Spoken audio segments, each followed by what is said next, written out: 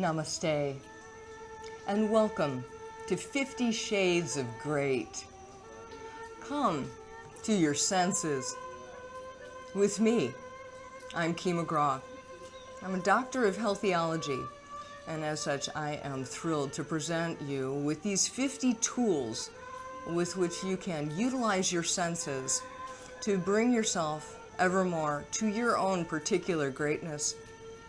In this way, healthcare professionals might also be able to utilize these tools in working with your clients as well as your students.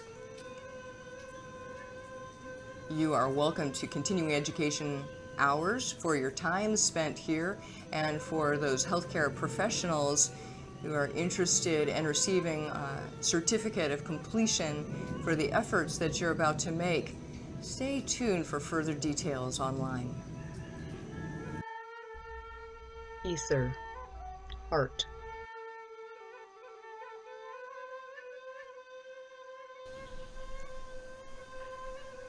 The next step on the path of ether is to utilize sound as it applies to our awareness of the heart. In this way, we wish to call upon the Yoga Sutras of Patanjali to bring through the important guidance regarding our ability to hear the heart. In this way, I want to bring through this particular interpretation of the Yoga Sutras of Patanjali. This is by the translator whose name is Charles Johnston. This is information available to you now on the internet at no additional charge, as this is now out of print. In Book 3 of the Yoga Sutras, aphorism number 41, we come to the understanding that from perfectly concentrated meditation on the correlation between hearing and the ether comes the power of spiritual hearing. It is stated that physical sound, we are told, is carried by the air or by the water, iron, or some medium on the same plane of substance. But there is a finer hearing whose medium of transmission would seem to be the ether. Perhaps not the ether which carries light, heat, and magnetic waves, but it may be the far finer ether through which the power of gravity works. For while light or heat or magnetic waves traveling from the sun to the earth take 8 minutes for the journey, it's mathematically certain that the pull of gravity does not take as much of an eighth of a second, or even the 1/10 of an eighth of a second. The pull of gravitation travels, it would seem, as quick as thought. So it may be well that in thought transference or telepathy, the thoughts travel by the same way, carried by the same thought-swift medium. The transfer of a word by telepathy is the simplest and easiest form of the divine hearing of the spiritual being.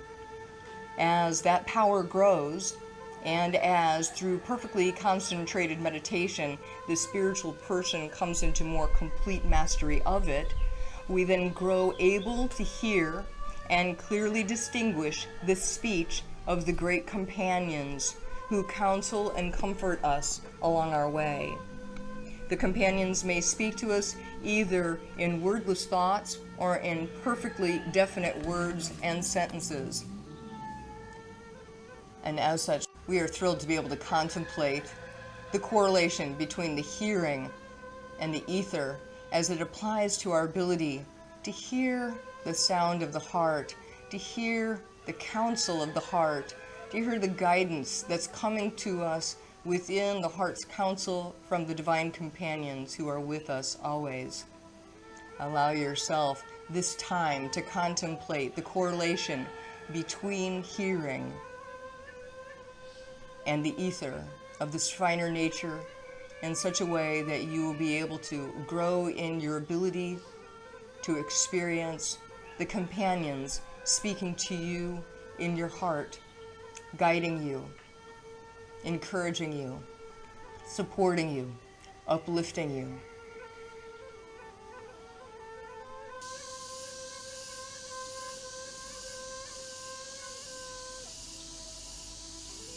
And now allow yourself to rest onto your back, lying down.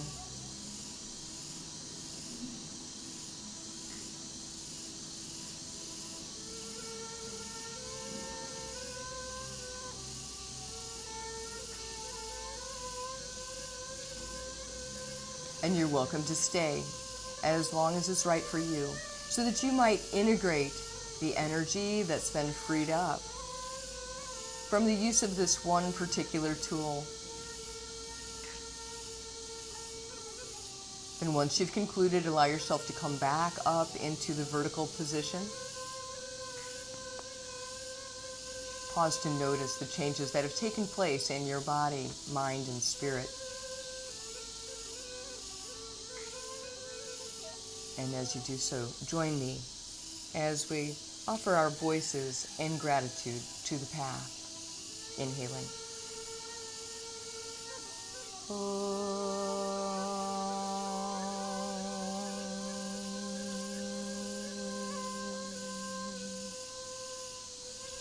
Hari Om. Shanti, Shanti, Shanti. Let's be with the peace that's deep within. Joy Bhagwan. And Namaste.